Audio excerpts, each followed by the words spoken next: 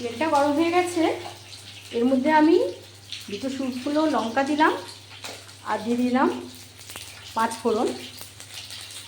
বড় করেই আমসলটা করে রেখে দেবো, কারণ শোল মাছের হয় ধোকা নাহলে আমসল, কিন্তু সেদিন পটল দিয়ে ঝোল করে দিয়েছি, ছেলে যাওয়ার সময় খেয়ে গেছে, তো ধোকা আর বানাবো না। তো ফোড়নের উপরে আম দিয়ে দিলাম।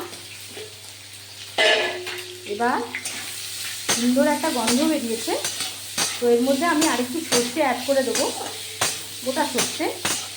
ফোড়নে পাঁচফোড়নের সঙ্গে আমার সর্ষেটা মেশানো নেই, দিয়ে আরেকটু আমটা গলে গলে এলে তারপরে একটু নুন দেবো। ফোড়নে আমি একটু পাঁচফোড়নের মধ্যে সর্ষে দিয়েছি, গোটা সর্ষে।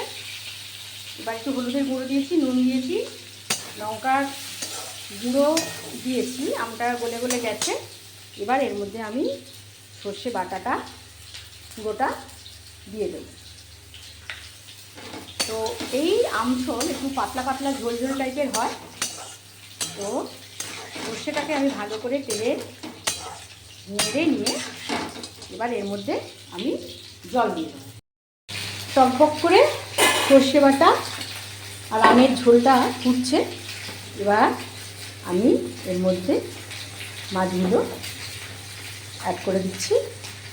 আর একটু ফুটে যাক, একটু ফুটে গেলে ওপরে একটু কাঁচা সর্ষের তেল ছড়িয়ে আমি নামিয়ে দেবো। এখন তো একটা আমোদি গন্ধ বেরিয়েছে, চলো দেখি কী অবস্থাটা হয়েছে। এই হয়েছে মোটামুটি, আমসলটা আমাদের হয়ে গেছে।